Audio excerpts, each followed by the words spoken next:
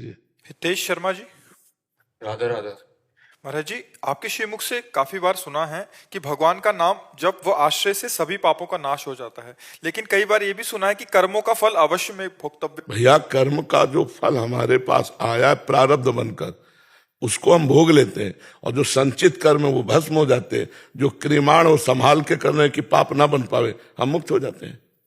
प्रारब्ध भोग जो आया है वो छूटा हुआ बाण है, लेकिन जो तूड़ीर में रखे हैं वो भस्म कर सकते हैं हम।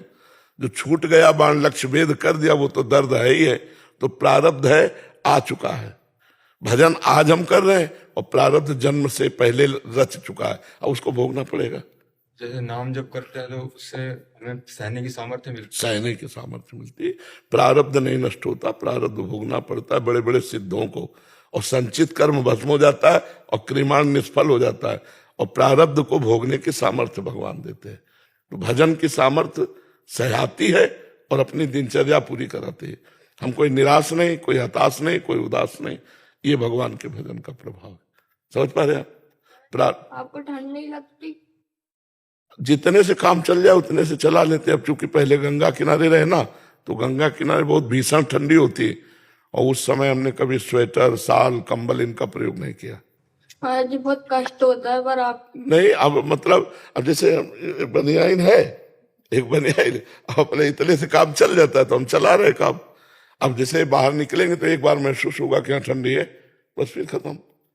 चिंतन में अगर हम प्रभु का चिंतन कर रहे हैं तो फिर इन सब ठंडी गर्मी मात्रा स्पर्श शास्त्र कौनते शीतोष्ण सुख दुखदा आगमा पैनो अनित्यास तास्तितिक्षस्व भारत। बचपन से इसका सहा है, भूख प्यास गर्मी सर्दी मार दुलार दोनों सहे हैं। तो अब भगवान की कृपा से वो परिपक्व भाव बन गया है, तो इसलिए उसमें कोई, तुम्हें देख के लगता होगा सर्दी लग रही, हमें नहीं लग रही है। रुआ खड़ा है क्या कहीं है?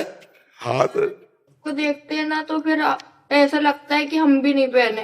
तो वहां पे रहते तो नहीं पहनते, वृंदावन में 2 दिन से तो मतलब पहनना ही पड़ा हमको। नहीं, पहनना पड़ेगा। प्रारब्ध बदला जा सकता है नाम जब से? यार, बदला जा सकता है, पर हमें लगता है कि जैसे मच्छर मारने के लिए ब्रह्मास्त्र का प्रयोग किया जाए तो बेकार है। नहीं, ब्रह्मास्त्र का प्रयोग मच्छर मारने के लिए, भजन का प्रयोग प्रारब्ध तो भोग के कट सकता है। हम भजन करते हैं भगवत प्रति, केवल भजन पे ध्यान दें। बस भजन पे ध्यान दो, भगवान तुम पे ध्यान देंगे, तुम भगवान पे ध्यान दो।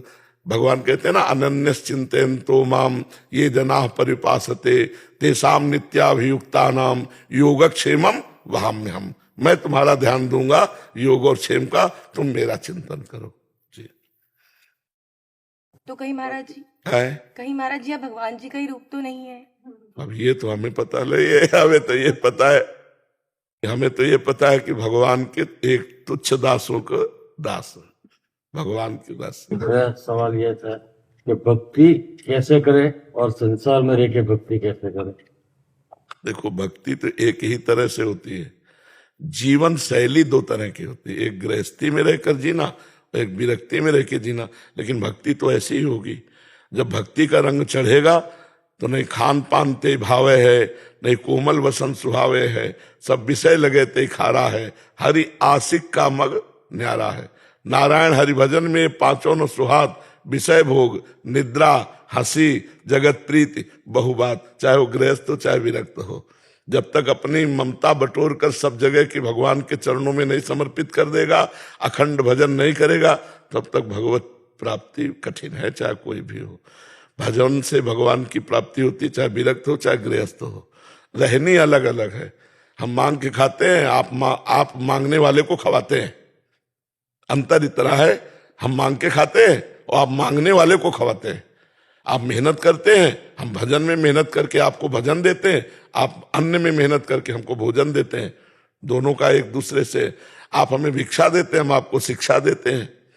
दोनों एक दूसरे के पूरक हैं, पर भगवान की प्राप्ति दोनों को तभी होगी जब अखंड भगवान का चिंतन होगा, निरंतर भगवान का चिंतन हो। तो गृहस्थी में ऐसा करे, अपने कर्मों को भगवान को समर्पित कर दे रोज के रोज, और अधिक से अधिक नाम जपने की चेष्टा करे, तो इससे भगवत भक्ति बढ़ेगी और भगवत समर्पण होगा तो भगवत प्राप्ति हो जाएगी।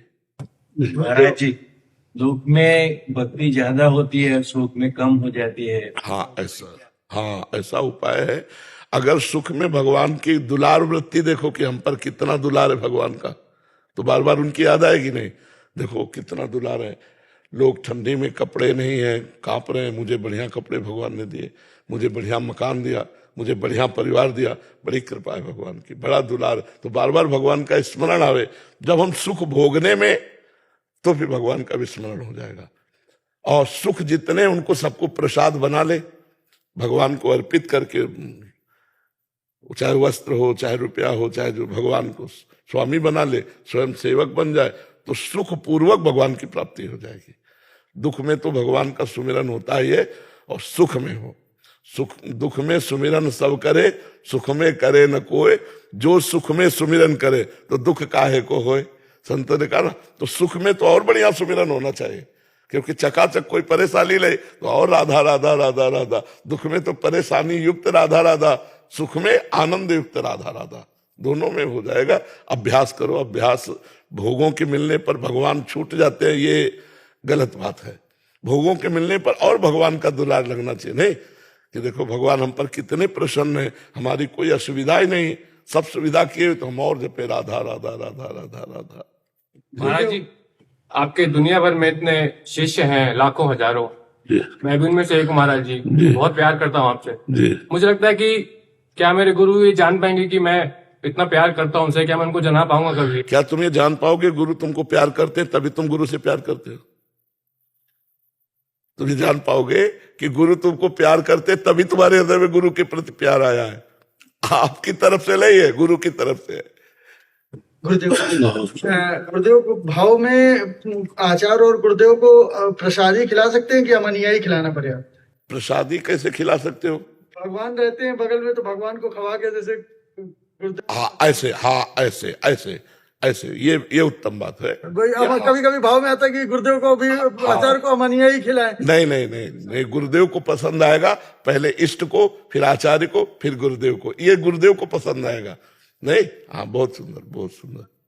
मन में जैसे इच्छा आती है तो मैं फिर कहती हूँ कि नहीं, मेरे को ये कुछ नहीं चाहिए, और थोड़े दिन बाद वही चीज पूरी हो जाती है। तो श्री जी और ठाकुर जी कहीं मुझसे नाराज तो नहीं कि वो इच्छा जल्दी जल्दी पूरी कर देते हैं? नहीं, वैसे चाहिए कि इसमें हमको हर्षित नहीं होना चाहिए। जब हमारी इच्छाओं की पूर्ति हो तो हमें अपने ऊपर प्रश्नवाचक चिन्ह खड़ा कर देना चाहिए कि हम क्या भक्त हैं, प्रभु को सुख देने की बात नहीं सोचते, अपने सुख मांगने की बात सोचते हैं। और श्री जी, मैं कभी मांगू भी तो आप पूरा मत करना, ऐसा प्रार्थना करना चाहिए। हमें राजी नहीं होना चाहिए, नहीं हमारा मन मांगता रहेगा, उधर वो पूर्ति करते रहेंगे और छुपते रहेंगे, वो छुपते रहेंगे, और हम अपनी कामनाओं की पूर्ति में पूरा जीवन बर्बाद कर देंगे। और कामनाओं का क्या अस्तित्व, ये कभी टिकती थोड़ी है।